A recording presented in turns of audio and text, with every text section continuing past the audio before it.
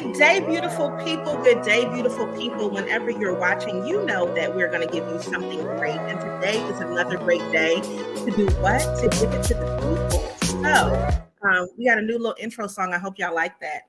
It's a little bit more funky. I had my guy find some new music because I was like, you know what? I like the nice little music that they put in this system, but I need a little more hip hop groove, a little more soul, a little more funk to it. So we got a new little intro song for when we come on, and this is Give It to the People Live, where what we do is focus on BIPOC businesses, women-owned businesses, and nonprofits to really shine a light on their story, to tell you what's going on with them, and to just enable you to find some new people to follow, some people to shop with, some people to become clients that might be clients of yours, or that you might end up being clients of theirs. And so there are plenty of resources in the community. And today, what I wanted to do was I wanted to focus on a person who is in a bunch of different things, but because of those bunch of different things that they're in, they have a unique view on some things that are happening in the state, specifically in North Carolina. And so I'm going to bring on Lee Gray today. So Lee, come on in. How are you today? Hi, I'm good. How are you? I love the new music. Oh, thank you. Yeah, I like a little something funky. So I feel like that gave us a nice little groove when we started. So Lee, tell the people, just give them a little bit about you. And because I know if you've been paying attention, everybody, that I put the bios up before we, let people know who's coming on. But sometimes people don't read the bio. So if you could just give them a small little snippet about you, and then we'll jump into the interview. Yeah, happily. So first of all, Happy New Year, everyone. Happy New Year. Happy New Year and happy MLK Day. Mm-hmm. No pressure to be on Give It to the People today of all days. So, honoring Martin Luther King Jr.'s legacy and all that he did to propel us as a Black community forward. As Chisa said, my name is Lee Gray. I'm the Associate Director for Knox Street Studios, and we are an entrepreneurial support organization located in Durham. How I got here, this is actually a career pivot for me.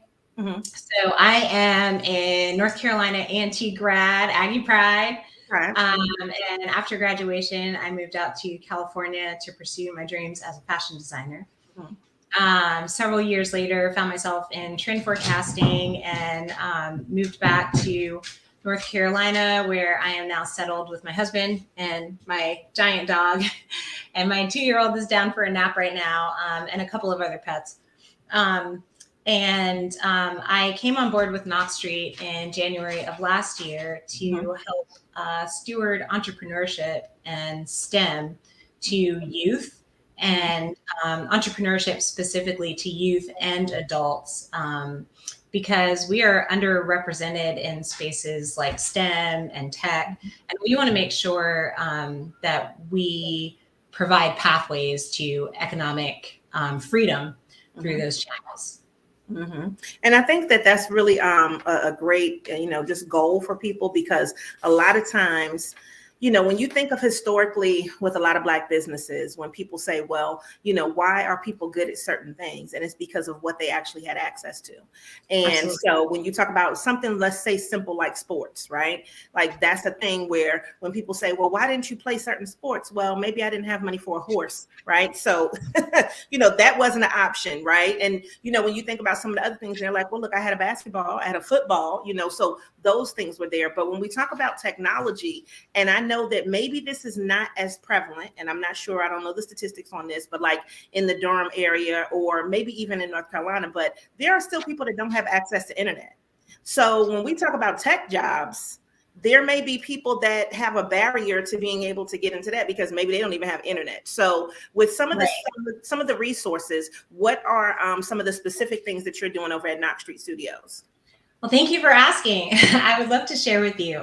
So we do a few things. We spent Q3 and Q4 of last year really digging in and listening to the community and trying to be strategic about how we want to move in 2023 and beyond. And so one of the things we do is we're in partnership with Techstars, who is a international accelerator program that is very competitive and comes with a good deal of funding at the end of it. One of the other initiatives that they have is a startup weekend. where it's 54 thrilling hours from Friday night to Sunday evening, where you can come in and you can pitch your idea to the group, and then the group votes on those ideas. And then after we have 5 ideas, we break people down into teams, and those teams work on developing that idea, whether, from marketing to pitching to, who's your target market and logistics, all of the things. And then at the end of that, there is a pitch competition. So we bring in mentors to, sorry, you're going to see a cat. Okay. We bring in, I said all the pets. I warned you. You did say all the pets. We bring in mentors from all over the state. And then we bring in judges also from all over the state who have either successful entrepreneurship endeavors, or they hold office in city or county government. And they pitch those ideas. And then, so something that we pivoted off of that, a new program that we've added, is our early stage accelerator. Because one of the things that we learned from Techstars Startup Weekend is that entrepreneurs are so often doing this work alone, developing their ideas alone, figuring out how to navigate the path forward. And it's difficult because a lot of people are also working full-time jobs, until they can make their side hustle their full-time gig. And so we created an accelerator program that allows people in our cohort to work on each other's ideas. So they're essentially working with a team on their idea, and we kind of rotate that around. Another program that we have recently instituted in partnership with Duke is a youth STEM program. So we have something called Community Code, which has been existing, where we are bringing kids in from the Durham city and county communities into McDonald's and teaching them basic coding skills. So in collaboration with Duke, we've kind of expanded on that. We're building a second story to Knox Street Studios. And we really want to get the input of the kids, the youth. Don't want to call anybody kids. The input of the youth to find out what they really want to engage in, what they really want to learn. So our second story of Knox Street has a holistic and wellness focus as well as a tech focus. So we're going to be teaching kids how to use the Nest and how to use the Fitbit, and kind of peeling back the layers of the onion to teach them the fundamentals of those coding skills, to really try to get them interested to go down those paths in school and in employment and in entrepreneurship. So what made you pivot to this? Because that's what you said earlier, that you pivoted, from California to come here to do the entrepreneurship. So I would imagine even if you were doing fashion designing, more than likely you were pursuing that through an entrepreneurial route, or through an entrepreneurial lens. So what made you shift? Because I would say this is a drastic difference between fashion and then focusing on more so the technology portion. And I know fashion has plenty of technology in it, but if we're talking about the physical making of things, right, and then going to a different area of making, when we talk about technology, what made you do that pivot? Sure. So one of our program initiatives slated to come out in 2024 is around fashion in tech. Okay. And that's one of the reasons that our executive director brought me on to build that program and launch that in 2024. But to rewind and really get granular with answering your question, I did start a clothing line in 2014. And I was doing all of the design, all of the cutting, all of the drafting, pattern drafting, all of the sourcing, all of the logistics, marketing, everything. And as one person, it was just too much. I couldn't do it. It wasn't sustainable. And I didn't know the resources that were available around entrepreneurial support. And so it failed. And I just, kind of, cried a little bit and then went back to my full-time gig. Yeah. So that's really what drew me to this side of the business, is to make people aware that their dreams and that their efforts are can be supported There are people like me, people like you out here to support those efforts. And those are just resources that I didn't have. And I think people, entrepreneurs, as I said before, just end up feeling alone, and we don't have to. No, we don't. And I know, like, so, just to pivot a little bit, since we're using that word today, when we talk about this, one of the things that I know that you and I are involved in together is the Black Wall Street Forward, right? And so with this particular initiative, what happens is we have these kind of cohorts in different cities. And so, we come together on a monthly basis, and then we get to kind of not necessarily meet, but kind of talk and kind of get the ideas of what other people are thinking about a specific subject matter. And one thing that, to me, and I don't know if this is you, but I'm just giving you my opinion on this, that I think has been a common thread for me, and I continue to tell people this, is that a lot of times there are resources that are out there, but people might not know the question to ask in order to even be able to get access to the resource. Or sometimes people don't research in the first place and just kind of jump out there and then, let's see, what's going to happen after that. Or, I think the other alternative is sometimes there are resources that are presented to people, and you always have a population of people who is not going to take the resource, right? So when I think about, what you're doing there, and you saying, you're working with Durham County and Durham Public Schools, and, with us just all over the state trying to engage Black entrepreneurs, I think sometimes the not knowing or the feeling like I already know everything, and that they really don't, can be a barrier. So I just kind of wanted a little bit of your take on that, because that's one of the things that I consistently feel. There are resources, but even if we give them to people, some people just won't take it. And you kind of wonder why that is, and so I just wanted to kind of get a little feedback on you from that thought pattern. Yeah, that's a really good question.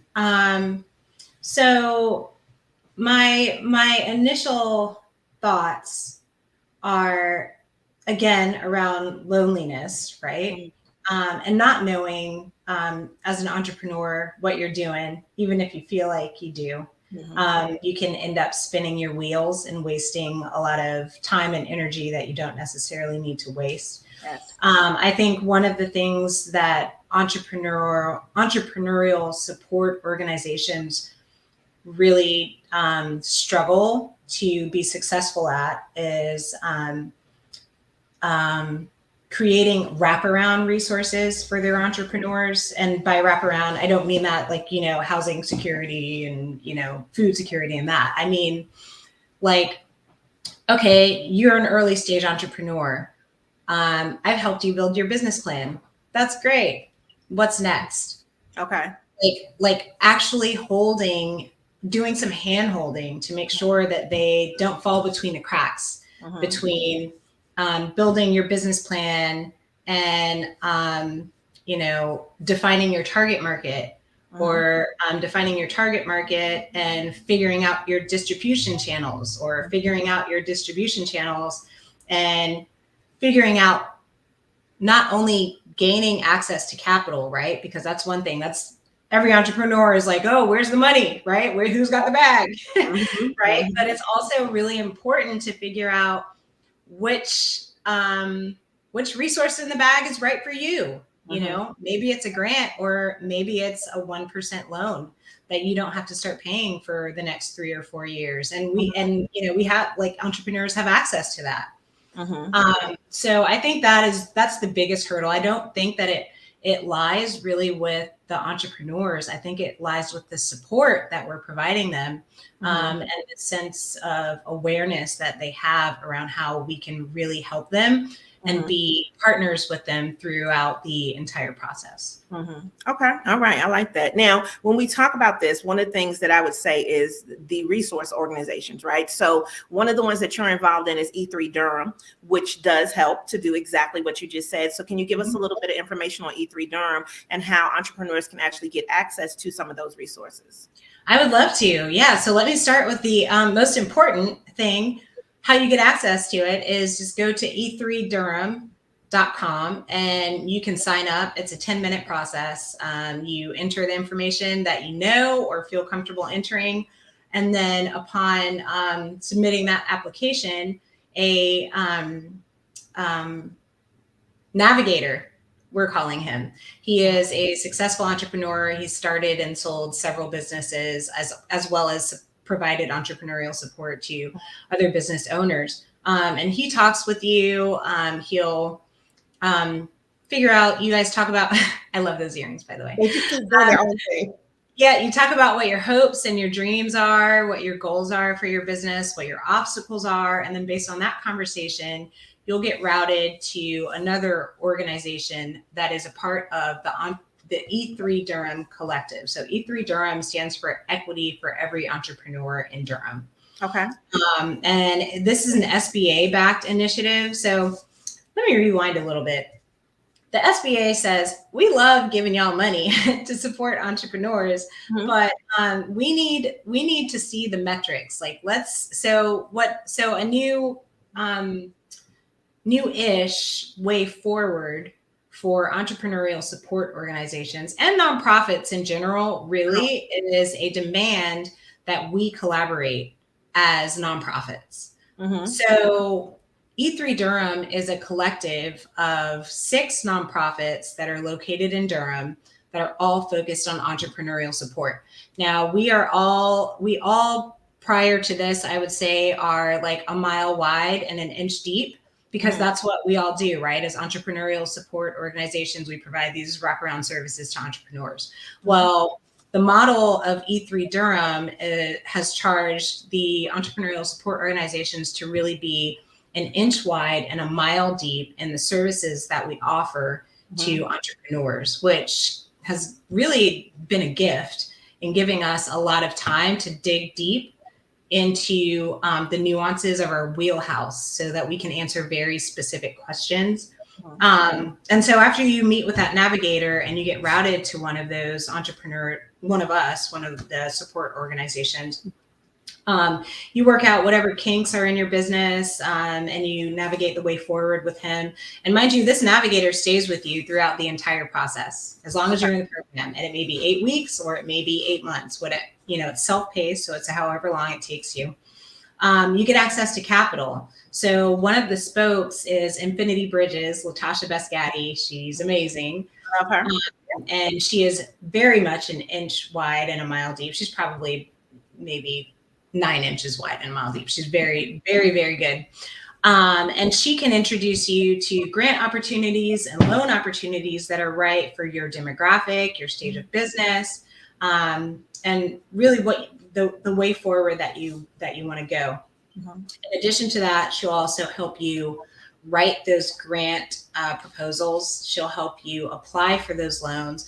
We also at E3 Durham have a network of capital access partners who we do warm introductions to, and they're aware of the E3 Durham program. So they kind of have a level of confidence in approving those loans and working with those customers that come through the program. The last thing, which I think is really the face of E3 Durham that most people are probably aware of us for, is the E3 Durham Pull Up at Provident event, which is a first Wednesday of every month from 5 p.m. to 8 p.m. It's hosted at Provident 1898, which is at 411 West Chapel Hill Street in Durham. It's in the North Carolina Mutual Life Insurance building, and it's open to the public. You do not have to be a member of the program to come to the event. So from 5 to 6, we do a happy hour. We bring in a local Black caterer to cater the event. And then we have a signature cocktail that's usually tied to some kind of Black history theme, which we love. And then from 6 to 8, we do workshops that are based on common issues that business owners face. Okay. All right. And so one of the things I would say is, people come out to these things. You always have an introvert. You always have extroverts like me. And, that mixture that goes on. A lot of times people don't necessarily know how to really engage with people. So what would be like a suggestion if a person says, well, look, I want to come out here because now I'm coming to an event where there are multiple people. I'm not just coming to just get one thing, right? And so they want to kind of build some relationships, so that this way, to me, they can communicate the value that they have with other people. Because then once you know that this person's valuable, you know who to introduce them to, kind of, what resources they need. So what would be some advice to somebody who is interested in coming out? Maybe they haven't been to something before, or, they just haven't been specifically to the pull up with E3 Durham. What would be some advice you'd have for them? Yeah. So the E3 Durham pull up event is really an opportunity to get to know the leadership of the organizations who are hosting. It's also an opportunity to get to know the people that have been and come through the program, because we have a large number of alumni that come. So you can come and find out about their experiences. I would say I don't like the idea of being like strategic, right, in your interactions with people. It just seems so manipulative. But there is value, right? You're not coming there for no reason, right? So I'd say ask questions. I think that's important. Ask questions of others, show interest. And then I think having a message, having your 1, 2, 3 elevator speech of what you want to convey to others, that really gives them a strong picture of what your vision or your business is. And then also collaboration, think about how you can collaborate with others, how they can collaborate with you. Not only how can you gain value, but how can you give value? Because that's, I think people are more likely to want to be around people who don't just have their hand out. They also have things to offer. And we all have things to offer. Mm-hmm. We do. We definitely do. Now, when you look at this and you say, okay, what's happening with business, right? Because part of what we have to do is we have to forecast, we have to kind of see the feedback, and that's some of the things that you mentioned today. What are some of the trends that you see with business? Like if you're saying, okay, well, this is now a new year. What should we be doing? What are some of the things that we should focus on? And collaboration could definitely be one of them. But is there anything else that you're seeing that's a trend that maybe businesses should kind of think about and pay attention this year? So we all know that we are teetering on a recession, right? So I think that is something to definitely be mindful for. It's a great time to pursue the opportunity of business credit because there are all kinds of opportunities through local and federal government because they saw this coming. And it's kind of been ongoing from COVID. So there are still those resources out there to apply to.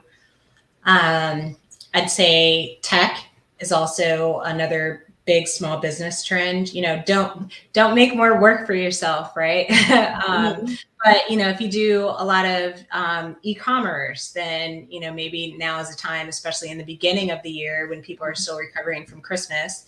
Now is prime time for you to learn how to roll that in to your product offering in a more efficient way. Social marketing and social media and video, those are really big initiatives right now. And sustainability. So people now more than ever are really thinking about sustainability of their lifestyles, because everybody's been at home. Yes. COVID, which is I'm glad you defined it, because I was thinking, a lot of times when you say sustainability, people think like eco-friendly, right? But I'm so glad that you said lifestyle. Okay, so right. Yeah, thanks. Well, yeah, so that is part of it. People are the internet has connected us all in such a way, that we are really connected and can be really granular and recognize our impact, of the way that we live on our communities and the environment. But sustainability in terms of like, we want to stay at home, or like we want to manage our time, and, studies have shown we're so much more productive as work from home employees or work from home entrepreneurs, and we're happier. And so I think that pursuing those paths and really being strategic and honest about what you want your life to look like as you go down this road of entrepreneurship are very important. Yes, because that's what we focus on over here. Give it to the people, as we call it, mental wealth, getting your mind right and your money right, and understanding that there is a way for you to curate your life in such a way that you do have your pleasurable things that you do, your things that you do that are focused for work, and also understanding that sometimes those things could be combined, right? And when you start to look at that and you look at, overall quality of life, being able to make better decisions, still make money, still be engaged and involved in the community, but also to be able to say, I can take a break. Like, I could not do something today, unless it's a do something day, but to be able to give yourself permission to do that and not have to ask someone else permission, for you to live your life in a certain way, definitely is something that I think, is more of a focus for people specifically this year. And that's one of the things that we like to just try to always tell people, plan time for yourself to have downtime. And I don't think, prior to COVID, that a lot of people really did plan downtime inside of, what they were doing. So, you saying that and just saying sustainability and using in that way, I think that that's something that, to me, that's like the pied de resistance of this interview, right? Like, we're talking about all the things that you have to do that are, more of the hard skills, but the soft skill is actually knowing that you can slow down and knowing that you can do these things and still make an impact. So, I love that. Now, give me some places where people can find you. So the Knox Street Studio side, and if you could tell us again for E3 Durham. And then once you do that, I want you to also just give us one thing that you want business owners to know as they end this interview. Sure. So you can find us, Knox Street Studios, on Instagram, Knox Street Studios. We're also on Facebook. We also have a website, knoxstreetstudios.org. You can find me on LinkedIn under my name. Knox Street Studios also has a LinkedIn page. We're just everywhere. And it's KNOX, because mind you, this will also be for our listeners as well. So they might be thinking knock on the door. So I'll just KNOX. Yes. Street Studios. Yes. Yes. KNOX studios.org. Yeah. So we're on all the platforms. We also are planning for our Techstar Startup Weekend. So if you are interested in participating in that, definitely don't wait to come find us and follow us. Now, when is that going to be? What month is that? We're looking at April. Okay. Yeah. So it'll definitely be after Easter. We don't have a hard date, but we'll be at Provident 1898 again.